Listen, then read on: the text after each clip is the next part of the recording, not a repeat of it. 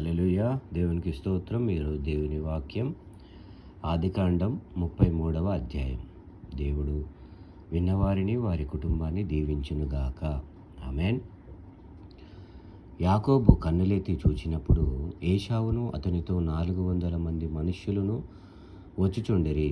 అప్పుడతడు తన పిల్లలను లేయా రాహేలులకును 2 దాసీలకును పంచి అప్పగించెను.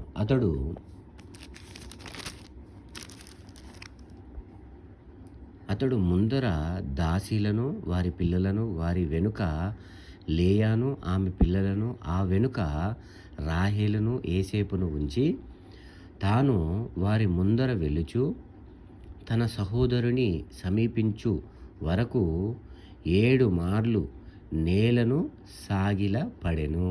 హల్లెలూయా. దేవునికి స్తోత్రం.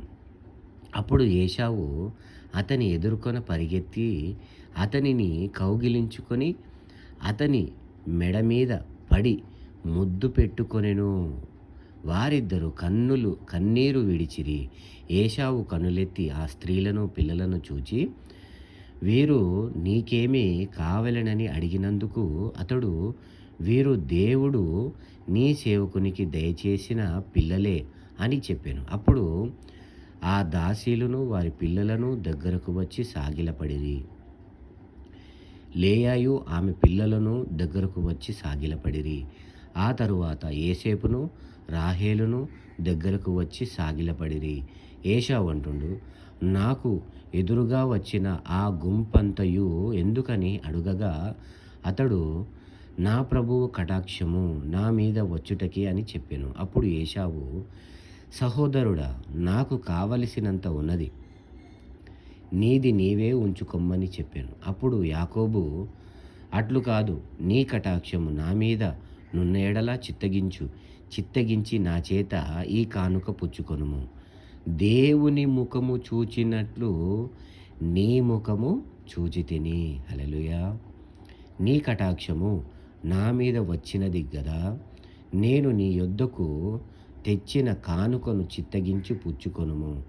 దేవుడు నన్ను కనికరించెను మరియు నాకు కావలసినంత ఉన్నదని చెప్పి అతని బలవంతము చేసెను గనుక అతడు దాన్ని పుచ్చుకొని మనము వెళ్ళుదము, నేను నీకు ముందుగా సాగిపోవుదునని చెప్పగా అతడు నా యొద్ద నున్న పిల్లలు పసిపిల్లలనియు గొర్రెలు మేకలు పశువులు పాలిచ్చినవి అనియు నా ప్రభువునకు తెలియను. ఒక్క దినమే వాటిని వడిగా తోలిన ఎడల ఈ మంద అంతయు చచ్చును. నా ప్రభువు దయచేసి తన దాసునికి ముందుగా వెళ్ళవలెను. నేను నా ప్రభువు నొద్దకు శేయీరునకు వచ్చు వరకు నా ముందరనున్న మందలు నడవగలిగిన కొలది ఈ పిల్లలు నడవగలిగిన కొలదిని వాటిని మెల్లగా నడిపించుకొని వచ్చేదనని అతనితో చెప్పాను. అప్పుడు ఏశావు, నీకిష్టమైన ఎడల నా యొద్దనున్న ఈ జనులలో కొందరిని నీ యొద్ద విడిచి పెట్టుదును అని చెప్పగా అతడు, అది ఎలా? నా ప్రభువు కటాక్షము నా మీద నుండనిమ్మనెను. ఆ దినమున ఏశావు తన త్రోవను శేయీరుకును తిరిగిపోయెను.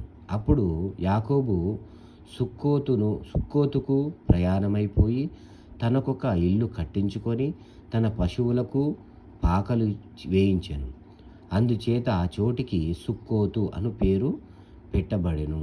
అట్లు యాకోబు పద్దనరాములో నుండి వచ్చిన తరువాత కనాను దేశంలోనున్న షేకెమను ఊరికి సురక్షితముగా వచ్చి ఆ ఊరి ముందర తన గుడారములు వేసెను. మరియు అతడు తన గుడారములు వేసిన పొలము యొక్క భాగమును షేకెము తండ్రి అయిన హామోరు కుమారుల యొద్ద 100 వరాహాలకు కొని అక్కడ ఒక బలిపీఠము కట్టించి దానికి ఎల్ ఎలోహి ఇశ్రాయేలు అను పేరు పెట్టెను. హల్లెలూయా. దేవునికి స్తోత్రం.